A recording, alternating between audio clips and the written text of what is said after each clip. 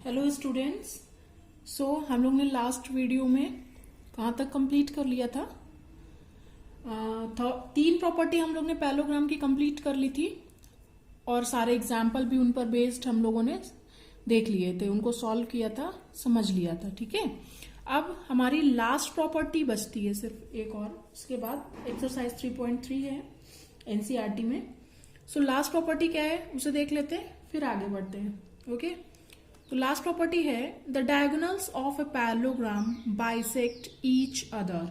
ठीक है, डायगोनल्स जो पैरेललोग्राम के होंगे वो बाइसेक्ट करेंगे ईच, मतलब एक दूसरे को। दोनों जो डायगोनल्स हैं, जैसे कि ये हम लोग ने एक पैरेललोग्राम ले लिया है ए बी सी डी। ठीक है, तो ए बी सी डी में जो ये डायगोनल है ए सी और जो दूसरा डायगोनल है बी डी, ये दोनों क्या करेंगे, एक दूसरे को बाइसेक्ट करेंगे।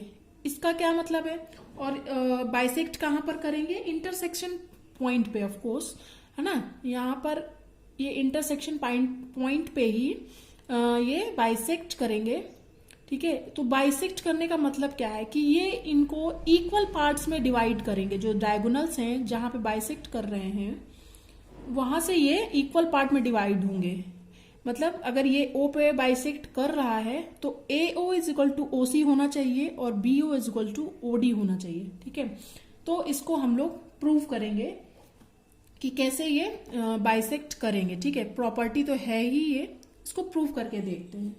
ठीक है, तो ये जो फिगर है, डायग्राम है, ये जो हमारा पैरेललोग्राम का ABCD का, इसमें ही देखेंगे कौन कौन से ट्रायंगल देखेंगे हम। जैसे कि ये डायगोनल हमने ड्रॉ ही कर दिए हैं, तो इसमें 2 ट्रायंगल्स को हम देखेंगे। क्या? AOB और COD, इन दोनों में ही देखना है। ठीक है, क्या है इसमें? एंगल 1 और एंगल 2 हमने ड्रॉ किया है पहले से ही। एंगल 1 और एंगल 2 जो हमारे होंगे इक्वल होंगे। क्या, क्यों इक्वल होंगे? ये हमने फर्स्ट प्रॉपर्टी में भी यूज किया था, फर्स्ट सेकेंड दोनों में ही यूज किया है वैसे, कि ये दोनों क्या है हमारे ऑल्टरनेट इंटीरियर एंगल्स हैं। ठीक है, क्या है? ऑल्टरनेट एंगल्स हैं ये और इंटीरियर एंगल्स हैं, इसलिए ये इक्वल होंगे। सिमिलरली एंगल 3 और एंगल 4 भी इक्वल होंगे, क्योंकि ये भी क्या है? ऑल्टरनेट इंटीरियर एंगल हैं। ठीक है, तो ये भी इक्वल हो जाएंगे। और जैसा कि फर्स्ट प्रॉपर्टी में हमने पढ़ा ही था कि जो ये हमारी AB और CD जो है वो अपोजिट साइड है पैरेललोग्राम की। ठीक है, तो पैरेललोग्राम की अपोजिट साइड है, तो ये पैरेलल होंगी आपस में और क्या होती है? इक्वल होती है। फर्स्ट प्रॉपर्टी में हमने प्रूव किया था दोनों साइड्स को। ठीक है, तो AB is equal to CD है, angle 1 is equal to angle 2 है, angle 3 is equal to angle 4 है, जिसकी वजह से इसको लिख लेते हैं एक बार कि angle in triangle AOB and triangle COD क्या क्या इक्वल है? Angle 1 is equal to angle 2, angle 3 is equal to angle 4 and क्या है? AB is equal to CD by first property. क्या? By parallel property.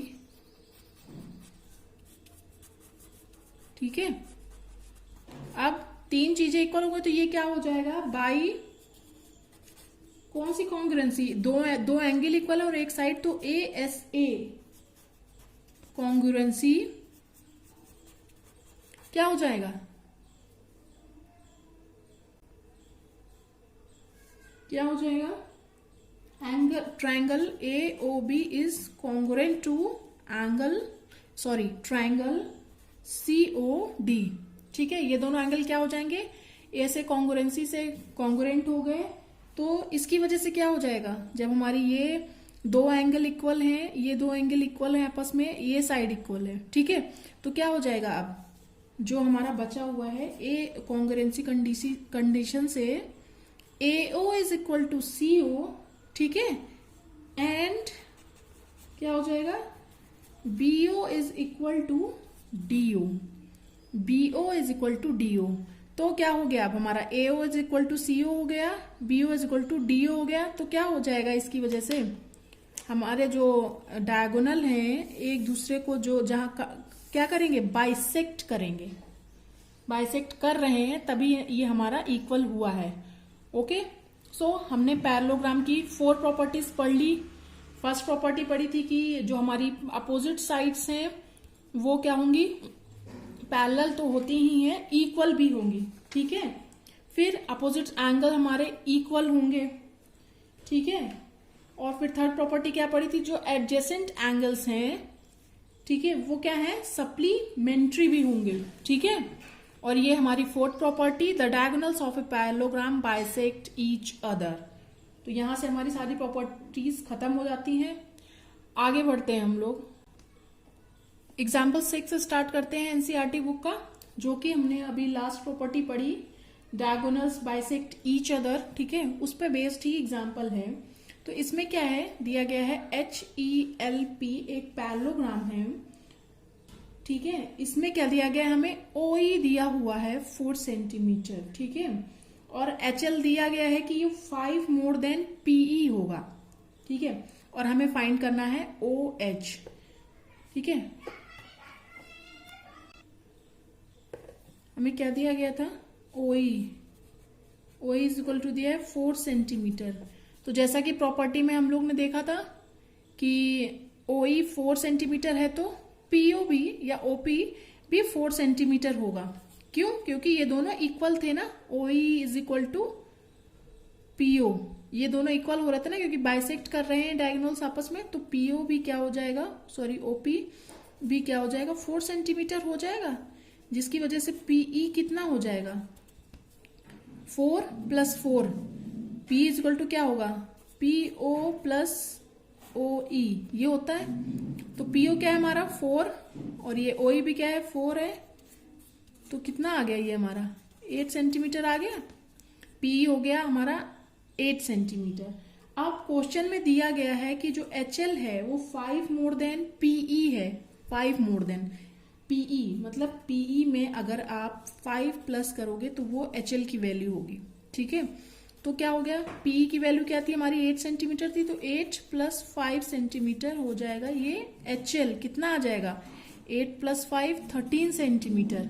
ये क्या हो गया, HL is equal to 13 centimetre हमारा हो गया, ठीक है। अब जब HL हमें आ गया है तो OH और LO जो भी है, मतलब HO LO जो दोनों हैं इक्वल ही होंगे, और वो क्या हो जाएंगे, जब HL दिया है तो क्या हो जाएगा, इसको 2 से डिवाइड करेंगे तो हमें दोनों की वैल्यू फाइंड हो जाएगी। हमें यहाँ फाइंड करना है OH, तो OH इज इक्वल टू क्या हो जाएगा, हाफ HL, हाफ HL की हाफ वैल्यू ही OH की होगी ना, या चाहे वो OH हो चाहे वो OL हो, दोनों सेम ही होंगे। तो OH is equal to half HL, मतलब 13। तो क्या हो जाएगा, इसको डिवाइड करेंगे तो 2 × 6 = 12, 2 × 5 = 10, कितना आ जाएगा OH की वैल्यू 6.5 सेंटीमीटर। ओके, ये लास्ट प्रॉपर्टी यूज करके हमने ये एग्जाम्पल कर लिया, ठीक है।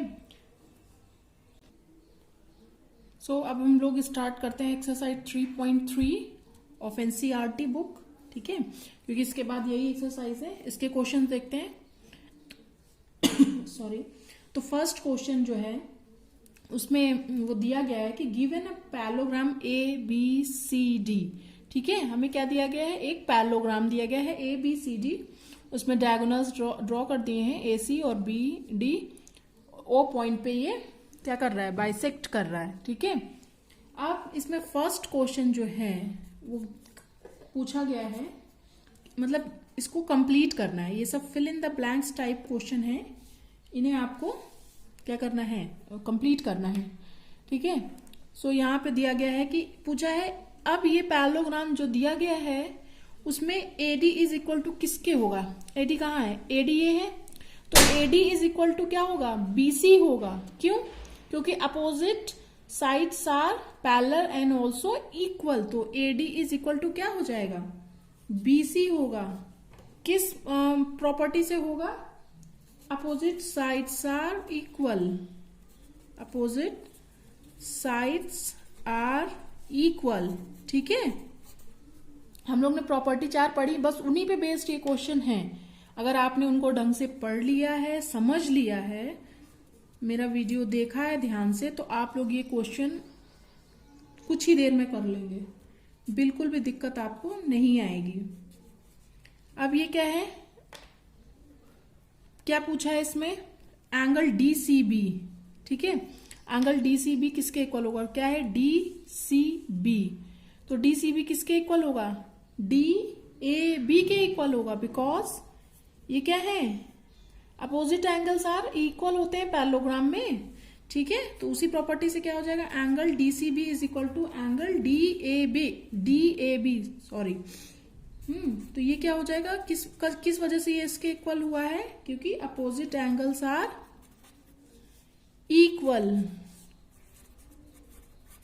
ओके, अब थर्ड क्वेश्चन इसमें पूछा है कि OC is equal to what, OC कहां पर है, OC, तो OC इज इक्वल टू क्या होगा, OA होगा ना, because the diagonals of a parallelogram bisect each other, it means वो डायगोनल्स को दो पार्ट में डिवाइड करेगा, मतलब AO इज इक्वल टू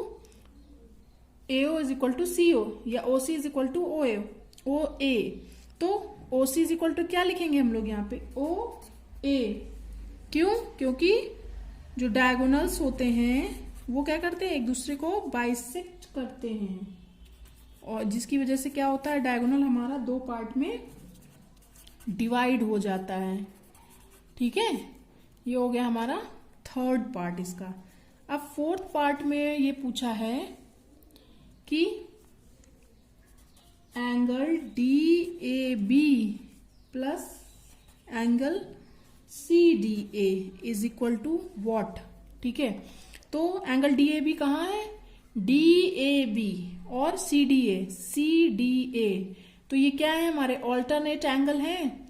हमने कौन सी प्रॉपर्टी पढ़ा था, थर्ड प्रॉपर्टी में पढ़ा था कि ऑल्टरनेट एंगल क्या होंगे हमारे, सप्लीमेंट्री मीन दोनों का सम 180 डिग्री होगा, थर्ड प्रॉपर्टी, ठीक है। ये हमारा क्या हो जाएगा, थर्ड प्रॉपर्टी से 180 डिग्री हो जाएगा। क्या यहाँ पे इसके आगे क्या लिखेंगे, इसका रीजन क्या है कि ऑल्टरनेट एंगल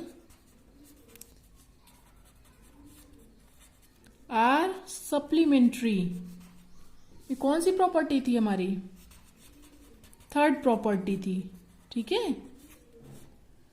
ओके, सो ये हमारे चारों पार्ट इस फर्स्ट क्वेश्चन के कंप्लीट हो गए हैं, ठीक है। अब हम लोग पढ़ेंगे नेक्स्ट क्वेश्चन की तरफ, सेकेंड क्वेश्चन की।